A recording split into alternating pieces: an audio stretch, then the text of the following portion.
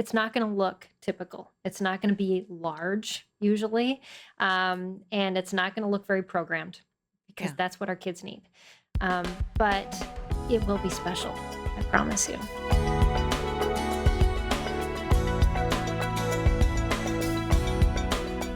I remember early in my homeschooling years when we were still living in California, and we had a Facebook group that was for our local, homeschool families. Hmm.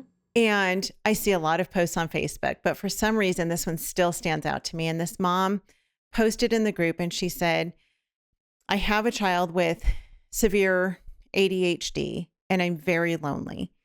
And she said, I would really just like someone else who can understand what I'm going through, who would maybe just go to the park with me and my kids, And a bunch of moms responded and said, I have a kid too. I have a kid too. And I just thought how neat that these moms are finding one another. And I had never thought about the fact that it could be a very lonely and difficult life to be in, a very difficult position to be in. So that's one thing that I know you talk a lot about is finding your community, finding your tribe, finding people to come alongside you. Talk about that for a minute.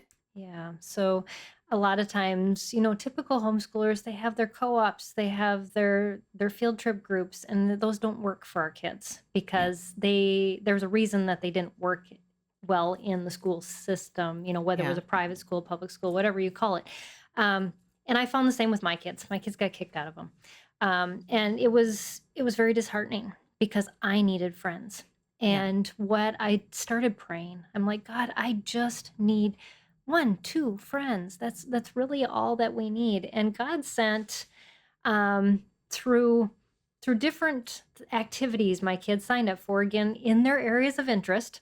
I would search out the moms. I'm like, who are you making friends with? Who can we? And we ended up, before it was popular, creating a pod. Now they're like the rage. We had no idea it was called a pod. We just Uh-huh. knew that I needed friends, my kids needed friends, and they needed friends who accepted autism quirkiness because that's what we had.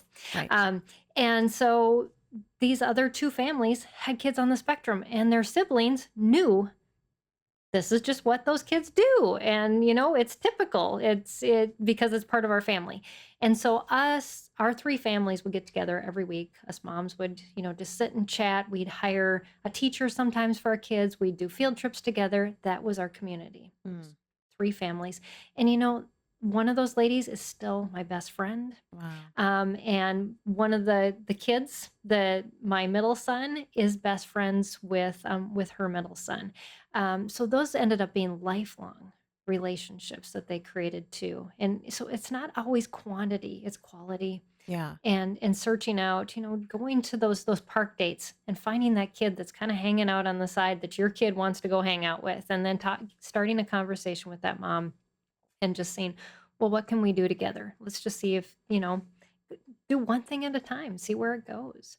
Yeah. But that's how we develop community because it's not going to look typical. It's not going to be large usually, and it's not going to look very programmed because Yeah. that's what our kids need. But it will be special. I promise you. Where can people find their tribe? How do they find these people? I mean, Yeah.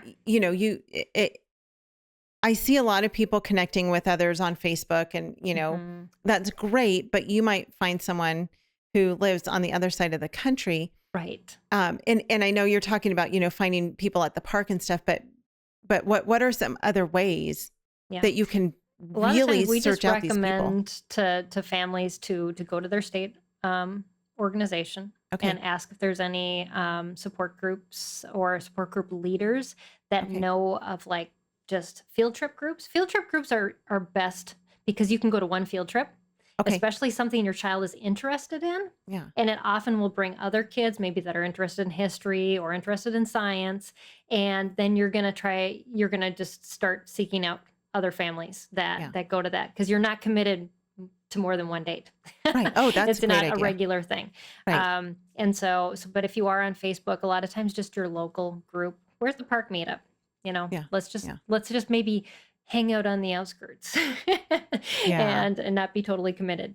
But yeah, that's kind of where we've moved a lot in our Yeah. homeschooling years, and that's how we've always connected best. And not Yeah. always does it work, but yeah, you try it out. But sometimes. And prayer, Mhm. like you And said, lots lots of of prayer. prayer. Lots Yes, and lots of prayer. exactly. And Mhm. maybe, you be that mom, who is the one who reaches out to the And others, like the mom did many years ago. mhm. When I was in California, you be the one to put it out there and just say, hey, Yes, where are my exactly. people? Where are my people? We need you. Exactly, because there's more people thinking it than are saying it. Yes. And so be the brave one and Yeah. say, "Yep, I need somebody."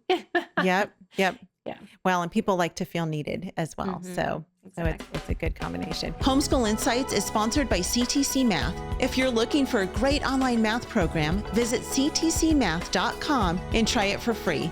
For more great homeschool inspiration and resources, listen to the Schoolhouse Rocked podcast every Monday, Wednesday, and Thursday.